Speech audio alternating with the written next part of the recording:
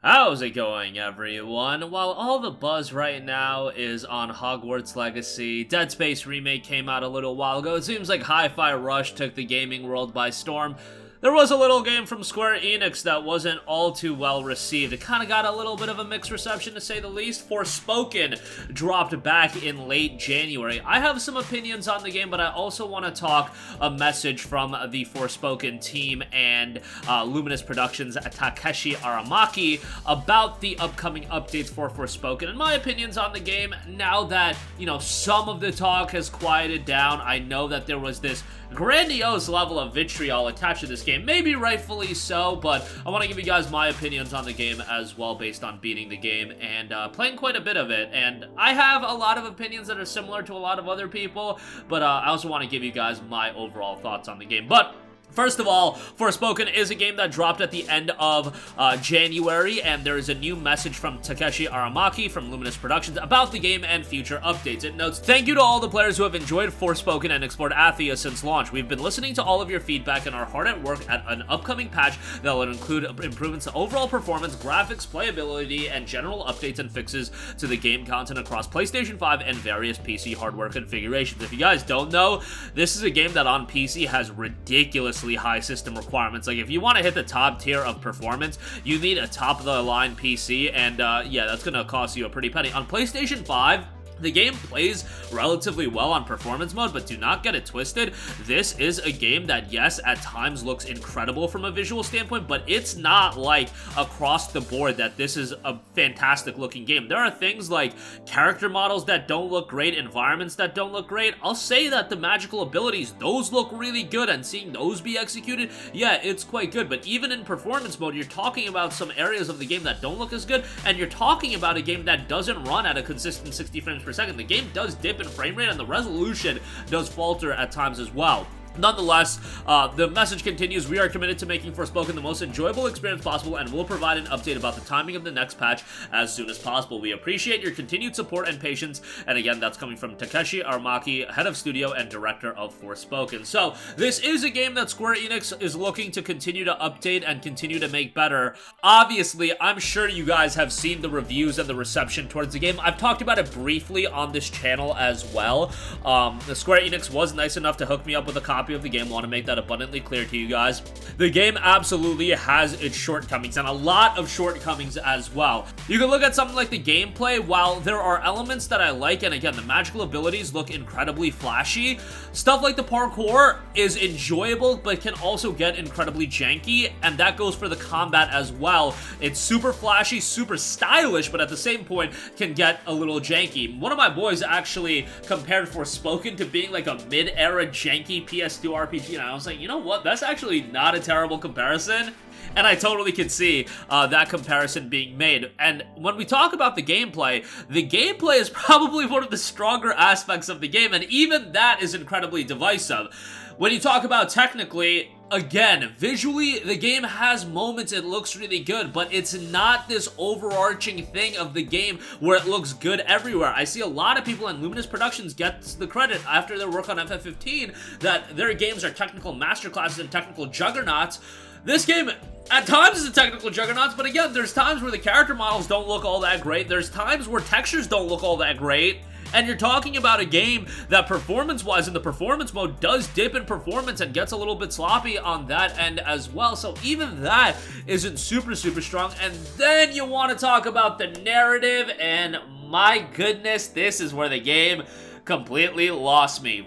You talk about great tandems in gaming, and I get it that there was a big discussion the week Forspoken came out, because Forspoken came out, and then they dropped Hi-Fi Rush. I should say Bethesda dropped Hi-Fi Rush. Of course, Forspoken being a console exclusive on PS5, Hi-Fi Rush being a console exclusive on Xbox, you know the back and forth was going to start. Twitter was an absolute S-show, to say the least, as far as that's concerned. But what I noticed about Hi-Fi Rush playing that game is the tandem of Chai and 808 just completely so much better than the tandem of Frey and Cuff. And you can talk about, complete narrative decisions and whatnot. Frey and Cuff, their interactions is kind of grating throughout the whole game, and obviously the dialogue of the game has been something of a talking point where Yeah, I noticed it while playing it as well. What is up with all the swearing in this game? Like, I don't understand. Like, it's not something that I really wanted to criticize just because it's like, okay, whatever. It's a couple naughty words. Like, it doesn't matter at the end of the day, but it almost felt like it was getting a little bit try-hard and became a little bit edgy. And outside of just the swearing, the dialogue itself is just not very good and kind of corny. And I know that you can limit the interactions between Frey and Cuff as far as how much they talk to one another, but they have to interact with one another to progress the game, and there's story-driven dialogue to it, and even that isn't that great. Frey as a main character, not all that compelling, and, you know, how the story unfolds throughout the entirety of the game, I wasn't that hot on. What I did like about the game was some of the gameplay elements. Again, I think exploring the world with the parkour gameplay, be it a little janky, that is a lot of fun. Like, especially when you unlock more of the abilities and the traversal abilities as well, I think that gets quite enjoyable, exploring the world. And then the gameplay, the magical abilities, again, they look so good, they are so flashy and stylish,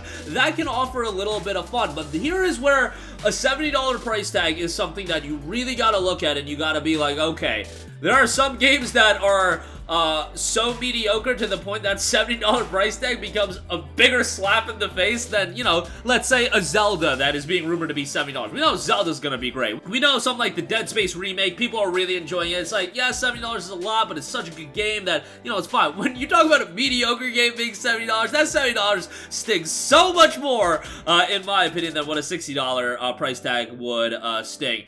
My opinion on Forspoken is you should play it at some point if you like the look of the game, if you like the idea of the magical abilities, but you have to wait for a deep, deep discount. We're talking $15 to $20 max. I cannot say that you should spend any more than that on Forspoken. And when it comes to games these days, for a lot of you guys with these crazy backlogs, it becomes less so even talking about how much money you're spending on the game, but is it the time? Is it worth the time of investment into Forspoken? Because it is a relatively lengthy game, especially if you do a lot of the side content, and the side content little mid as well. I mean, there's a little bit of variety here, but kind of mid overall. There's some trials and whatnot. I wasn't completely crazy on it. There's some photos you can take, etc., etc., but wasn't crazy about it. And a lot of the mission structure, it became a lot of get to point A to point B, and they just throw an insane amount of side content at you that if you do want to stray off the beaten path and do the side content, yeah, that's going to extend the game quite a bit, but I didn't find it all too engaging. So, you know, I want to give my thoughts on the game. I especially want to give my thoughts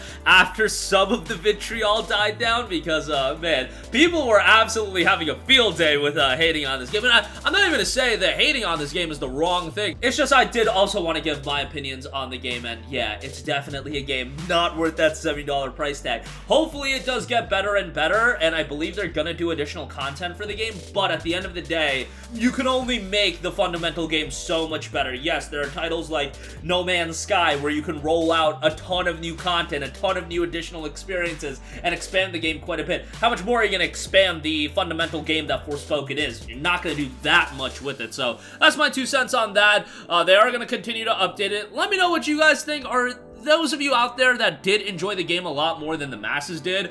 There are some reviews that are very, very positive towards the game. If I was to score the game, I would probably say, yeah, like a 5.5, 6 out of 10. Not a terrible game, but a lot of shortcomings. And when you talk about a Square Enix action RPG, a lot of people are gonna get into it from a narrative standpoint, and I feel like they fumble that aspect of the game really, really hard. And, you know, not having a super compelling tandem of main characters with Cuff and Frey, that was a big shortcoming as well. So, unfortunate. If you do want to pick it up, I would say $15 to $20 at most, and I wouldn't be all too shocked if you get it at that price point by the end of the year. But that'll do it for me. Let me know all your thoughts in the comment section down below. Sound off there. Thank you for watching, and goodbye.